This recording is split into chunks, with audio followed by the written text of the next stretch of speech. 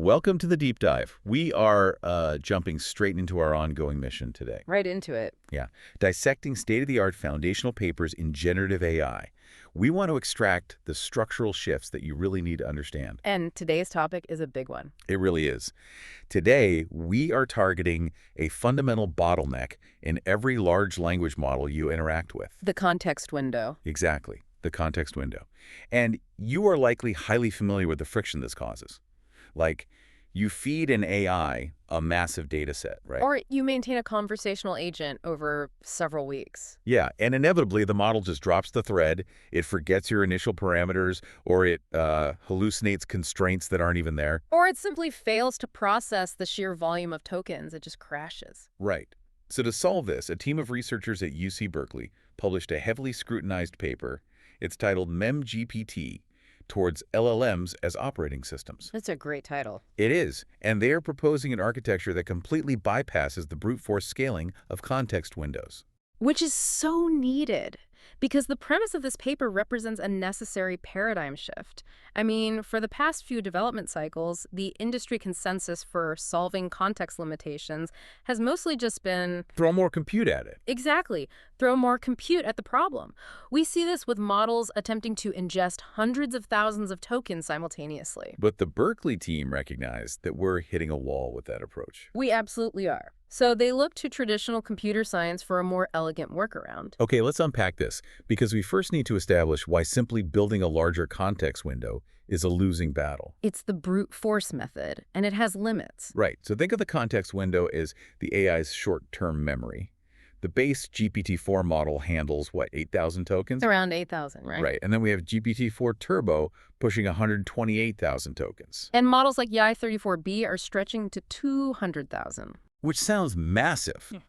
But the underlying transformer architecture prevents us from scaling this infinitely.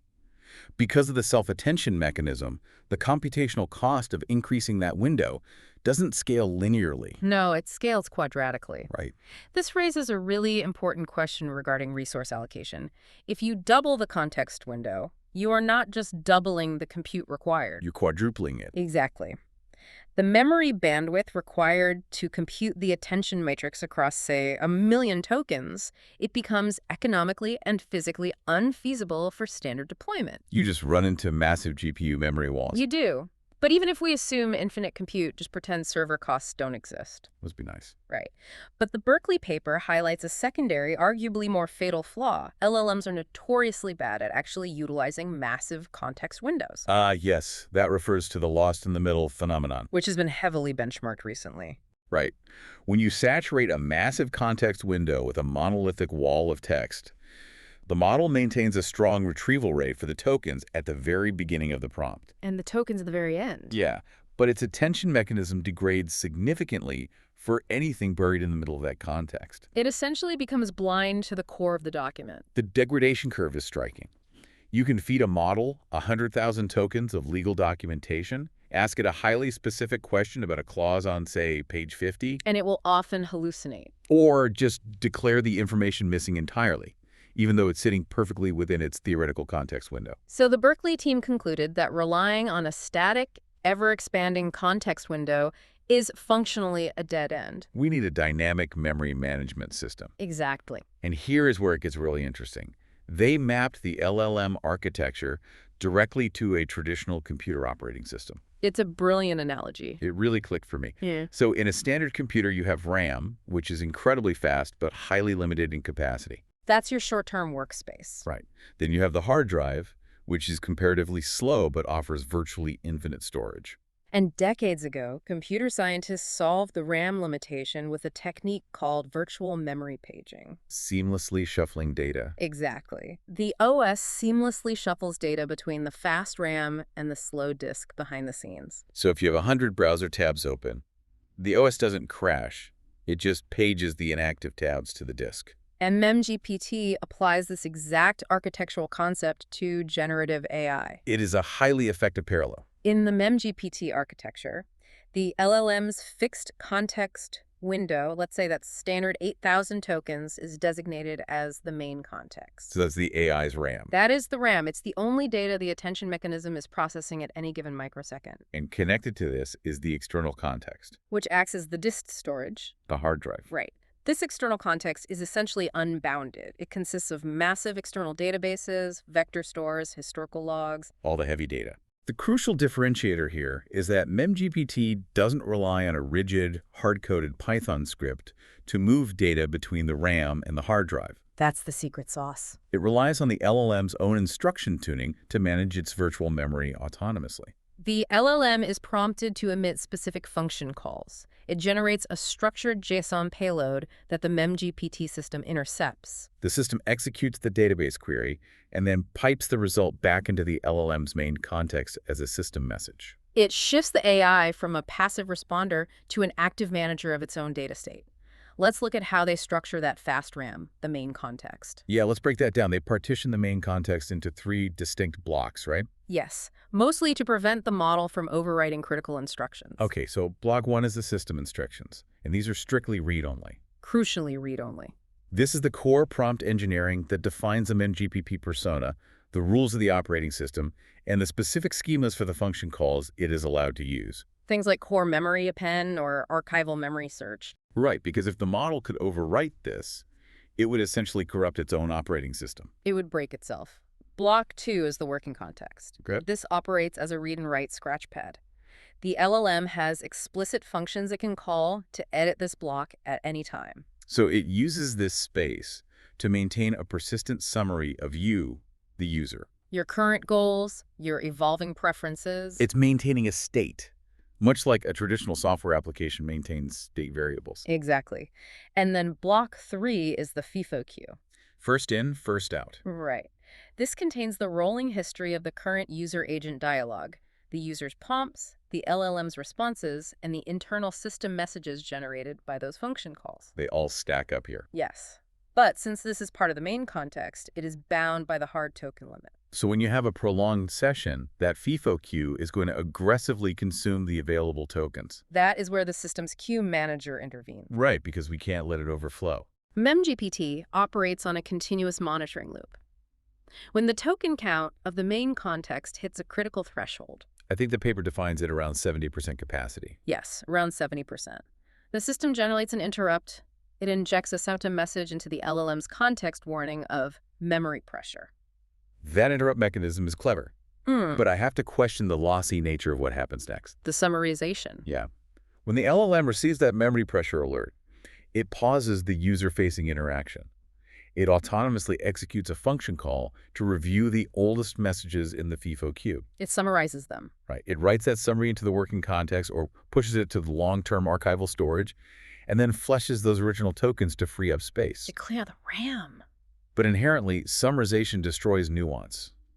If the AI is constantly compressing its own history to avoid hitting the token limit, isn't it bleeding critical context over time? That is a valid architectural trade-off. Yeah. Summarization is inherently lossy. However, MemGPT mitigates this by not just summarizing. It also utilizes a secondary function called recall storage insert.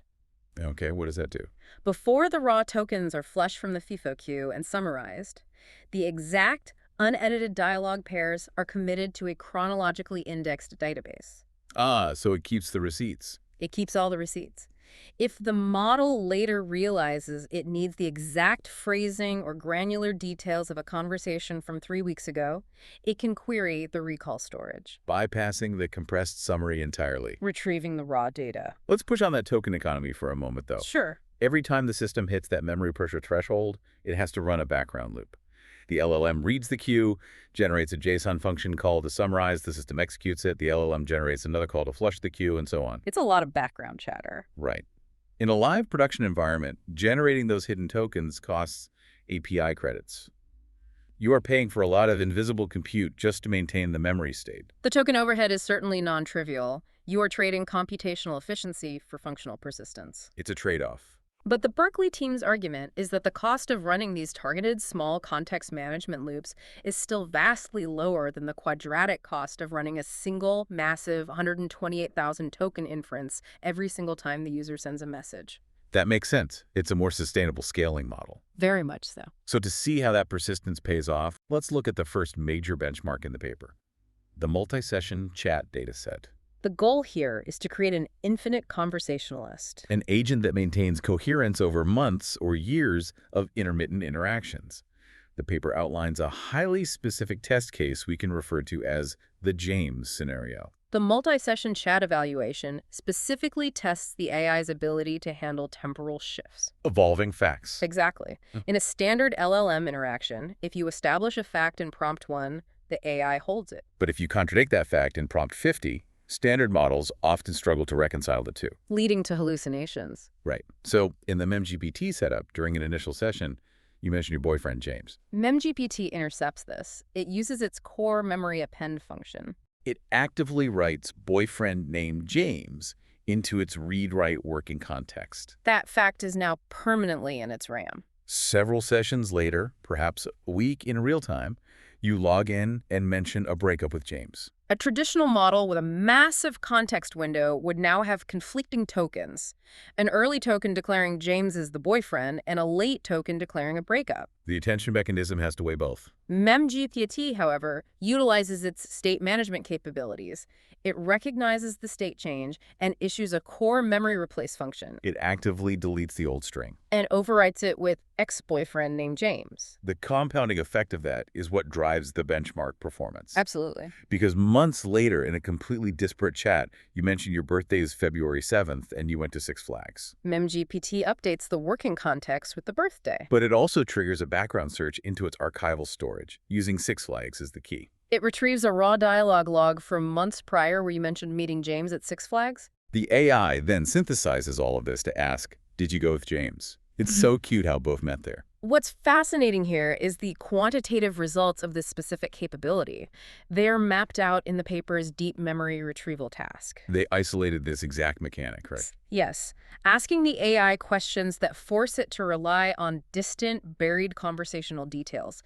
The base GPT-4 model, operating solely on its standard context window, achieved a retrieval accuracy of just 32.1%. Wow, it consistently dropped the relevant tokens, dropping roughly 70% of historical context. which makes a persistent agent fundamentally useless for serious applications. Precisely, but when the researchers layered the MemGPT operating system over that identical GPT-4 model, the accuracy jumped to 92.5%. That is a massive leap.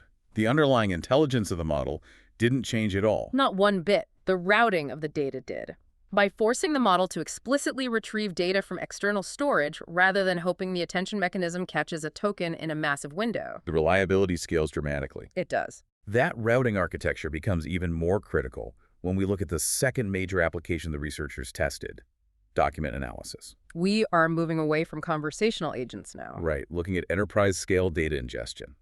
The paper tests this by loading the model with massive data sets. Like the entire corpus of SEC financial filings for a given company. Or a database of 20 million Wikipedia articles. This specific benchmark highlights the limitations of standard retrieval augmented generation, standard RAG. In a typical RAG pipeline, if you query a massive document database, an external embedding model converts the query into a vector.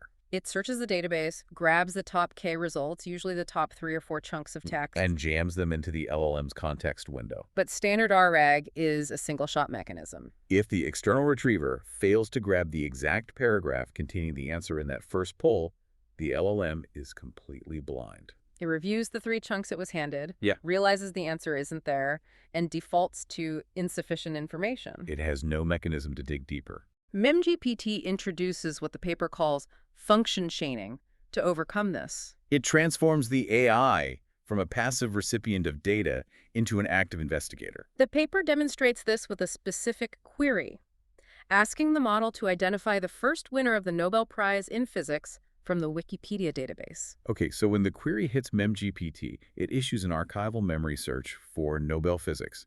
It pulls the first page of results into its context. It scans the text. But the target entity, Wilhelm Conrad Röntgen, isn't in that initial batch. Instead of failing like a standard RAG setup, MemGPT recognizes the null result and leverages function chaining. It yields a specific flag in its JSON output that tells the MemGPT system, do not return control to the user yet. It issues a secondary function call to essentially click next page. It executes an iterative search loop.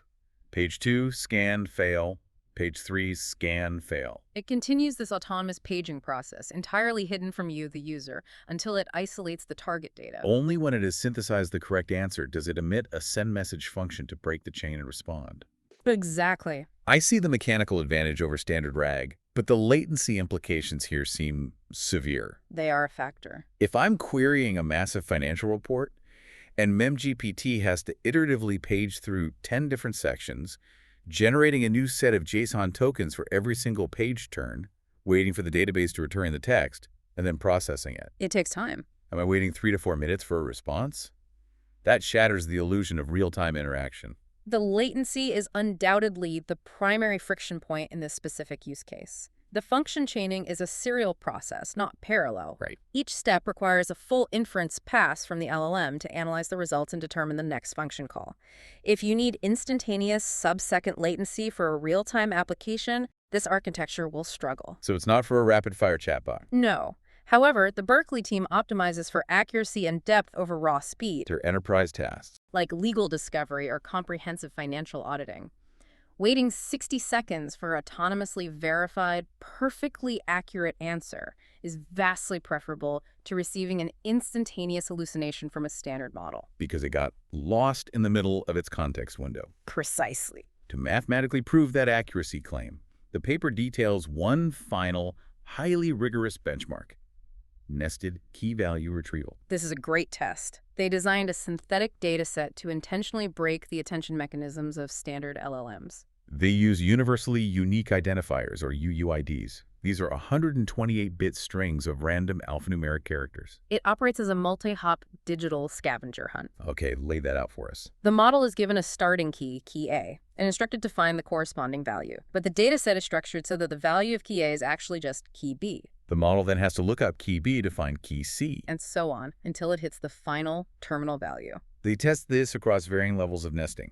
At zero nesting, meaning a direct lookup of key A to its final value, the base models perform adequately.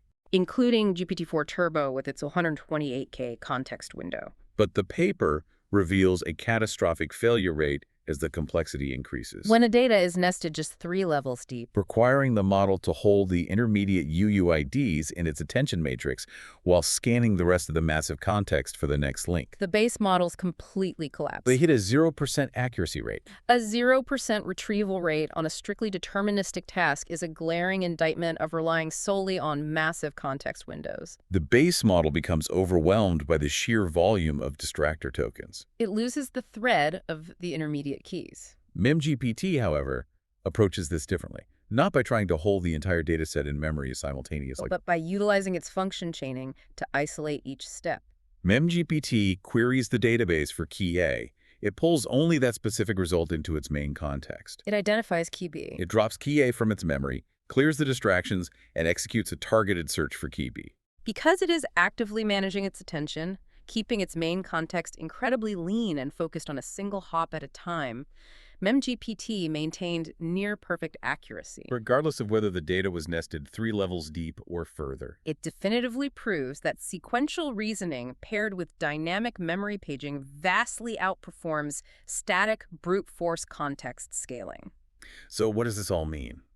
When we abstract away the JSON schemas, the UIDs, and the database architecture, the core takeaway is a fundamental shift in how we build AI systems. We are moving away from the assumption that the model itself needs to be a monolithic, omniscient brain holding every piece of data in active memory at all times.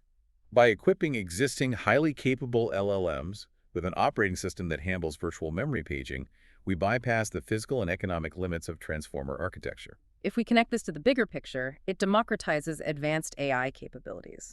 You no longer need to pay the exorbitant inference costs of running a 200,000 token model just to analyze a dense set of documents. You can leverage a much smaller, faster, cheaper model, equip it with the MemGPT architecture, and achieve superior retrieval accuracy simply because the AI has been given the tools to organize its own workspace. It transforms the LLM from a simple text predictor into a persistent state-managing agent.